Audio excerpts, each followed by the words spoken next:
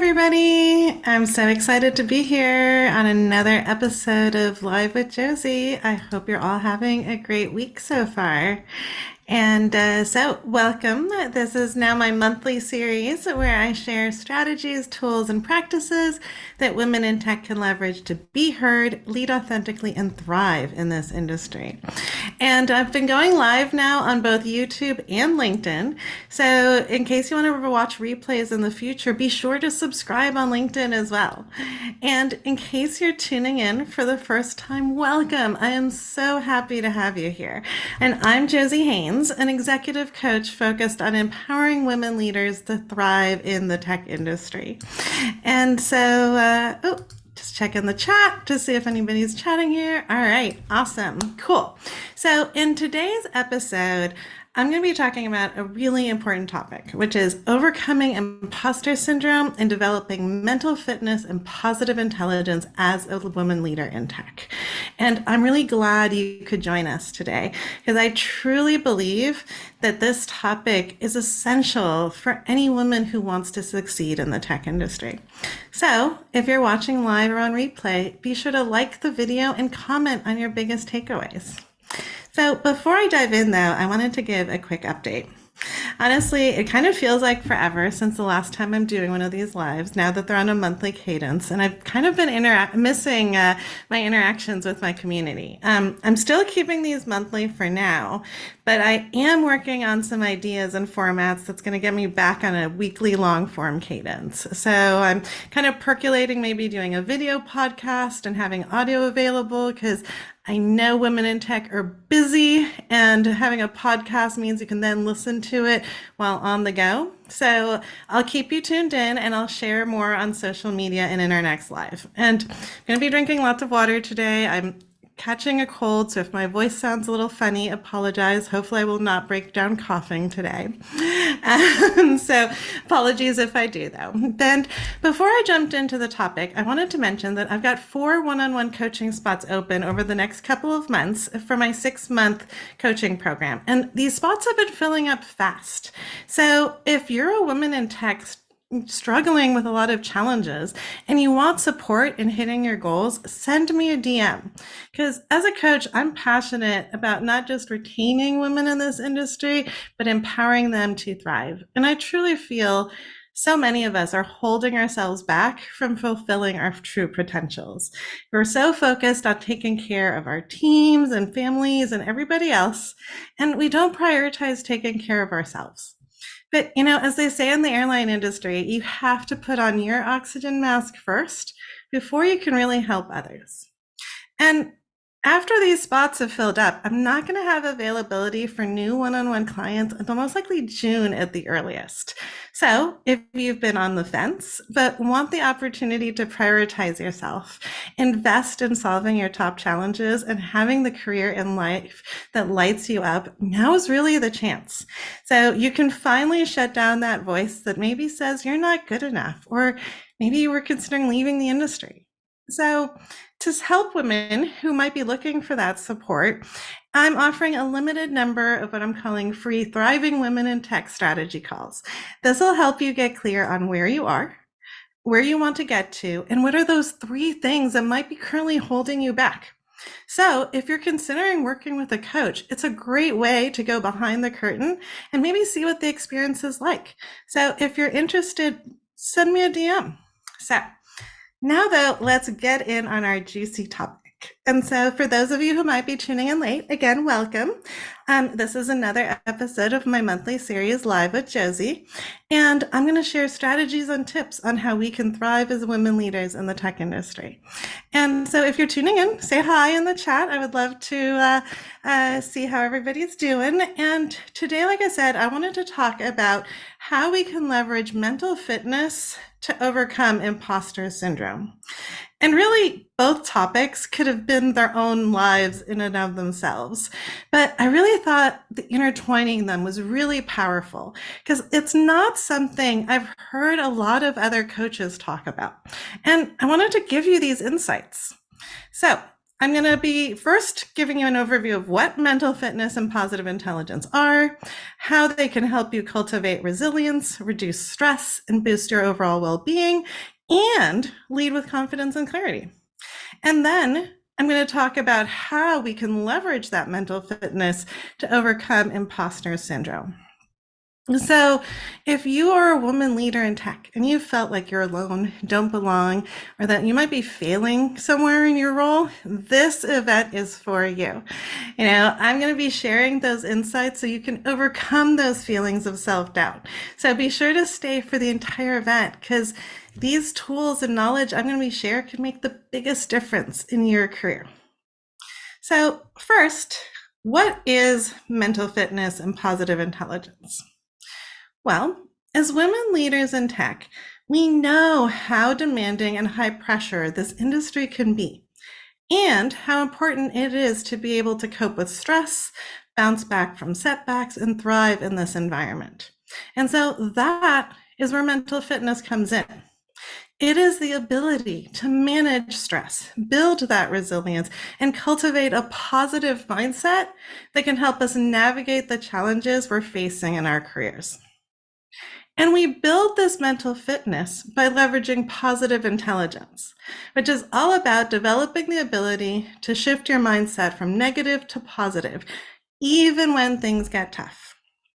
And positive intelligence did some research on what are the core factors that impact both performance and well-being. And they found that we have 10 negative response factors that are called our saboteurs, and those can really hold us back. And we've got 5 positive response factors that are called our sage powers, and those are what empower us to thrive. And when you have a positive mindset and you're able to intercept your saboteur thoughts and then activate your sage instead, you're actually more likely to be creative, adaptable, and effective in your decision making. And you're also going to be more resilient in the face of setbacks and challenges. And research has shown that leaders with high mental fitness and positive intelligence are more likely to be successful in their roles and to lead teams that are engaged and high performing. They're also better at managing stress and bouncing back from setbacks and challenges. So how do we do this? How do we shift from allowing our saboteurs and negative emotions to run the show? And how do we instead empower that sage to give us clear and powerful advice? By leveraging PQ reps. PQ stands for Positive Intelligence Quotient, and PQ reps are short 10-second mental exercises designed to increase focus, build that mental fitness, and overcome those negative patterns. So, for example, you might focus on your breath for 10 seconds. You might feel the sensations of your feet on the ground as you walk and really notice every muscle that's activated. Or you could listen intently to that farthest away sound you hear. And I love it because you can choose different things, right? It's not just like you must just look at your breath, right? And that's one of the things I really liked about it. Plus, you can do it anywhere in these little 10-second increments. And by doing PQ reps regularly, you can increase your mental focus and resilience, overcome negative patterns of thought that contribute to imposter syndrome. So I gave an overview of mental fitness and positive intelligence. So I want to dive now into overcoming imposter syndrome. And imposter syndrome is a common experience among women in tech, and as well as in other high-powered industries. And it's this feeling that we're not qualified or deserving of the success we have, maybe that we're faking it, right? Even when we might have ample evidence of our skills and accomplishments, we may still doubt ourselves and worry that we'll be exposed as frauds. And when I left Apple in 2018, I went through a serious bout of imposter syndrome. I was burnt out, tired of what I called death by 1,000 paper cuts. People assumed I always was the project manager. And I ended up leaving Apple thinking I was a terrible manager, despite the fact that I had multiple people tell me as I was leaving that I was the best manager they had ever had. And getting over these feelings took me a 6-month break where I ended up prioritizing self care.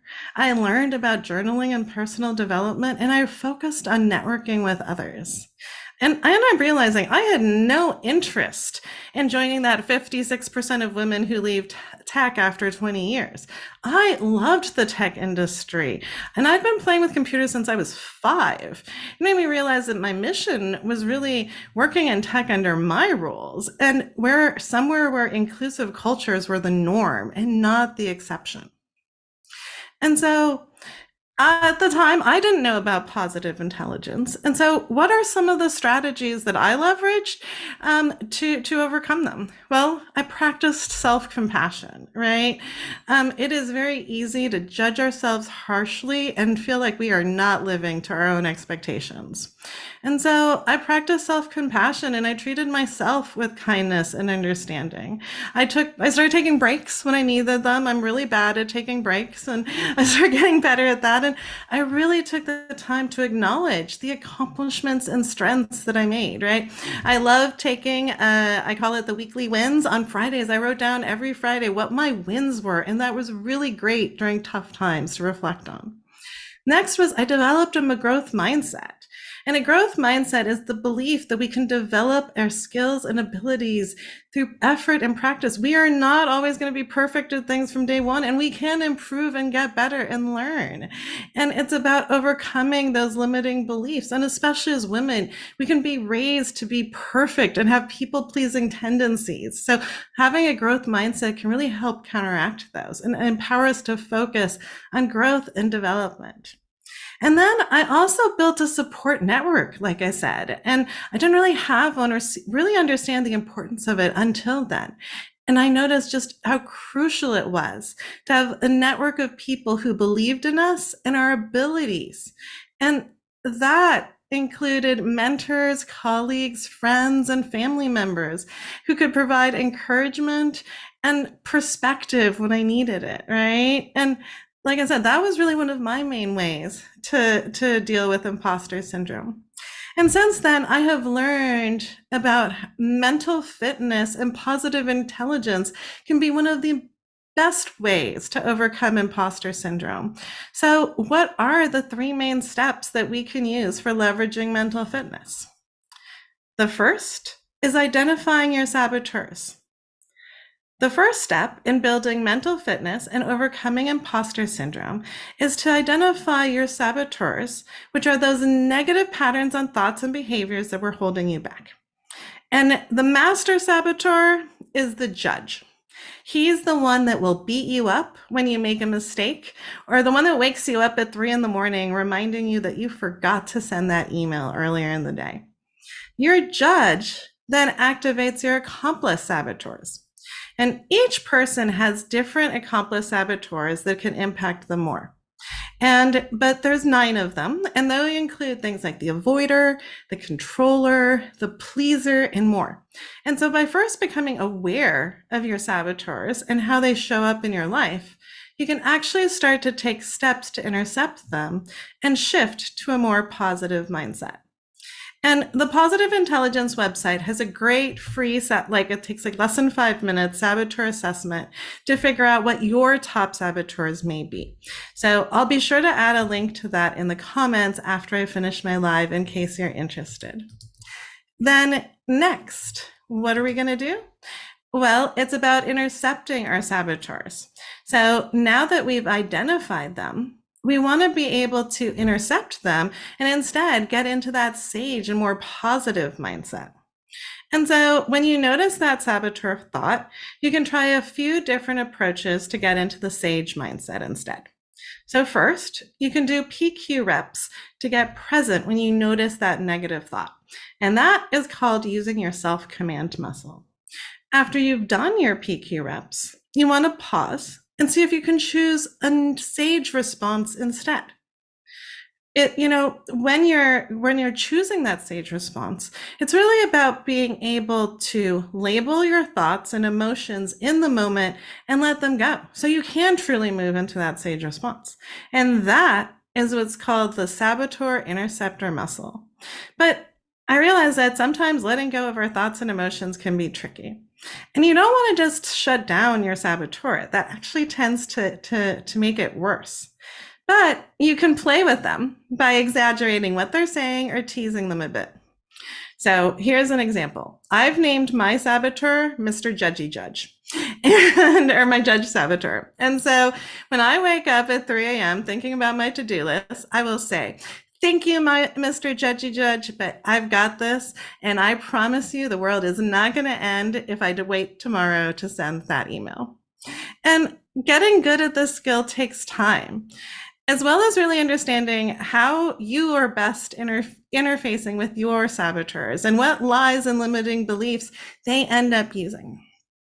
The third step is activating that sage power, right? And the sage is those positive emotions that let you handle challenges with a clear and calm mind.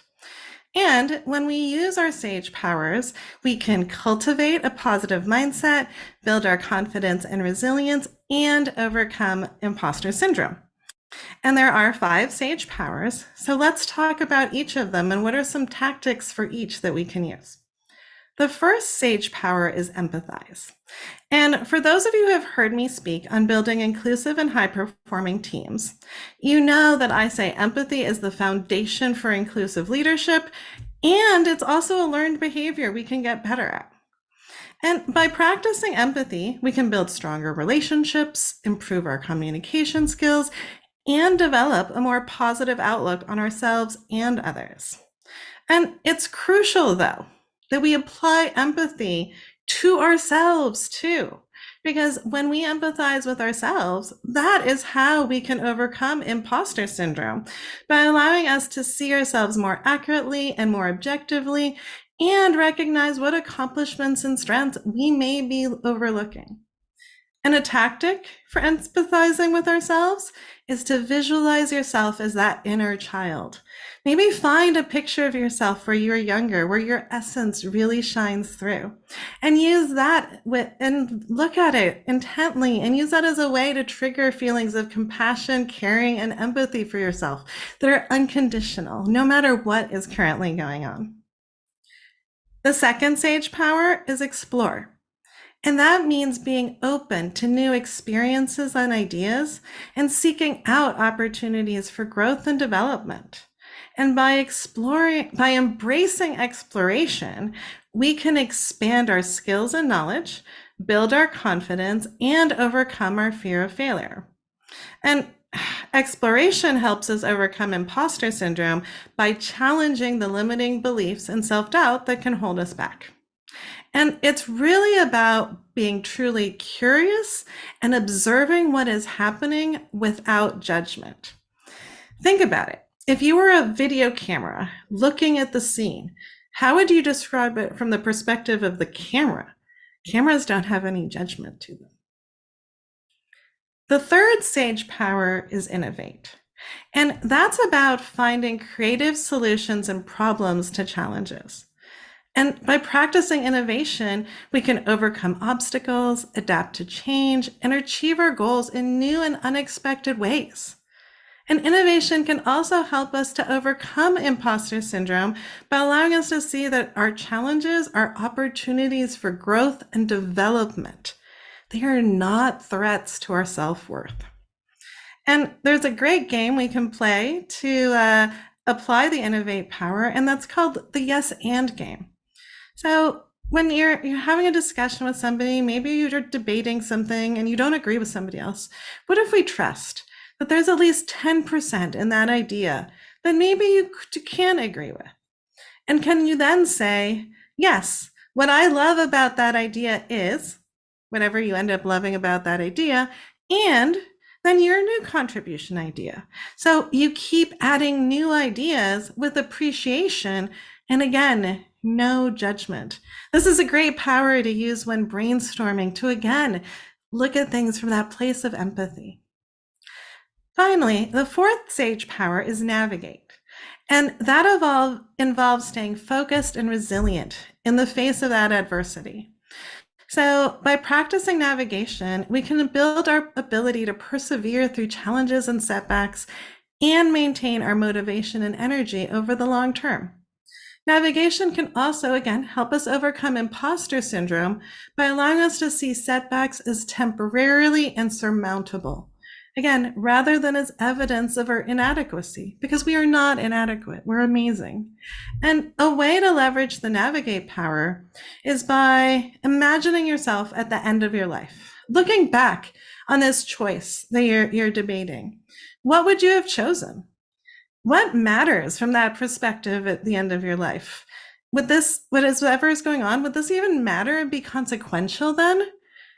By reflecting back from that end, a lot of the inconsequential concerns can be revealed and just then go away.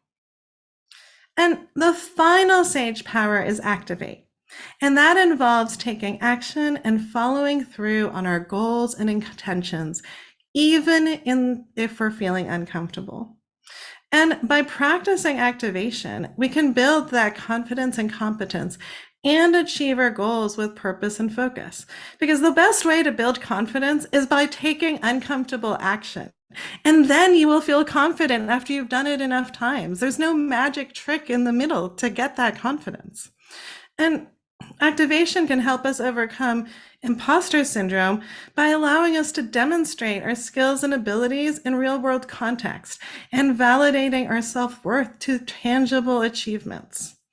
And we can leverage that activate power by anticipating what obstacles our saboteurs may use to keep us from achieving our goals, because obstacles will come up. There's no perfect plan, right? But what we can plan for is how we would address those obstacles. And then we can use that knowledge to help us intercept when those obstacles do come up and release the negative thoughts, allowing us to get back into our sage power. So that is an overview of how you can leverage mental fitness to overcome imposter syndrome. And if these challenges resonate with you and you'd like support in this area, send me a DM so I can show you how I can help you implement these strategies and tactics in your career. And that's it for today's episode of Live with Jossie. And so be sure to like the episode, subscribe on YouTube, and comment on your favorite takeaway, even if you're watching on the replay. And again, thank you so much for tuning in, and be sure to tune in next month on March 15th at 4 p.m. PST to learn more ways to thrive as a woman leader in tech. Next time, I'm going to be diving into leading in uncertain times, building resilience, and how do we invest in technology for the long term when we're in a recession, and how do we make those decisions as technology leaders? And so I'm excited to share more with you then. And until then, goodbye.